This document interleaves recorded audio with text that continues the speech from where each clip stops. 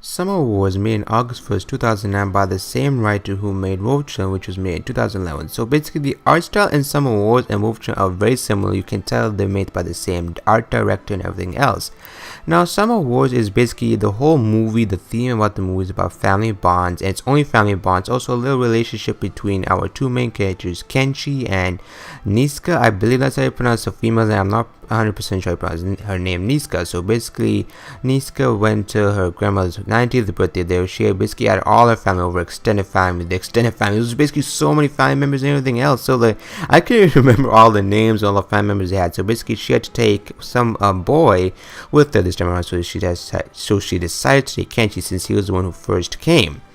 And basically what Niska didn't say was that she wanted to show her grandmother that she had a fiance. So basically she forced Kenshi to be a fiance for the time being. And the whole factor of she actually had a crush on him, and the whole factor of how it developed and everything else was just amazing. It's the whole family bonds and the grandma and the characters and the whole fact that Oz, the system they basically used, was hacked by an AI called Love Machine, and the whole fact of them fighting and the whole family bonding, how they all were together, then they all broke for a little bit, then they all became together again. It's just, this movie was personally I love the person who wrote this movie, because Wolf Children and this movie have very two similarities in the way where it's about family bondings, it helps you communicate and everything else, and also the relationship between Kenshi and Niska and how everybody else had the cousins and the families and everything else just came all well together. And I really did enjoy this movie. I thought this movie was the ending. I preferred the ending to this movie than Wolf Children, because Wolf Children ending leads you to a possibility to make your own up whatever you feel is going to happen.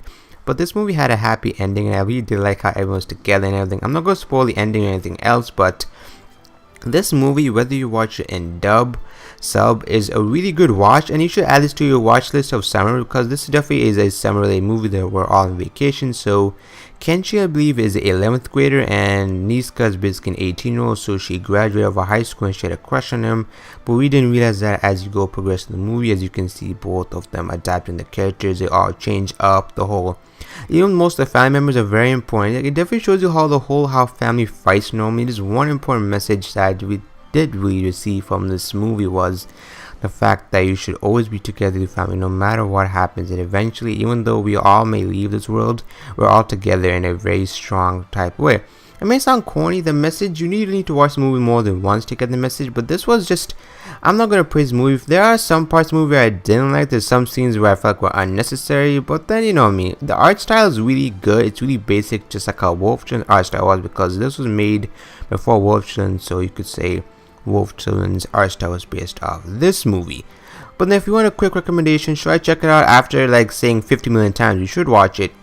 I believe it's only 2 hours long, less than 2 hours. But would I say, do I prefer this or Wolf Children? Actually, that's quite a difficult decision. I've been thinking, do I like this better than Wolf Children or not? To be honest with you, I think they're both equally, but Wolf Children talks more about discrimination, the whole factors of the children actually being animals and humans at the same time. But this talks about family bondings and loving your family. Even though one of them does something wrong, you should forgive them and everything else, and don't always blame people for doing bad things. Just stick together as a family, and even though you're not family, even though you're alone, you'll always have a family, even if it's not actually your blood family. Well, I may have just confused all of you with the way I just said it, but fantastic movie. Love the soundtrack. I think I prefer this soundtrack over Wolf Children's soundtrack just because of how nice and calm and the whole Japanese themed it was, because they're all from Japan and everything, and one of them from America. And Grandma, I swear, I love Grandma so much in this movie, because I think Grandma's one of my favorite characters, and you don't see her around for so long, but you should definitely get to know Grandma's character and everybody else's. Kenshi grew up as a character as well. Niska depended on Kenshi. Everyone just depended on each other in a very factor. Cousins were important. This whole I enjoy this movie a lot. Watch the movie, English, sub, dub, doesn't matter. I'm done rambling on, because this is my thoughts to put everything in my mind into a video format for you guys to enjoy. If you did enjoy me rambling on for 5 minutes, be sure to leave a like, comment, subscribe, and I'll see you guys later. Peace.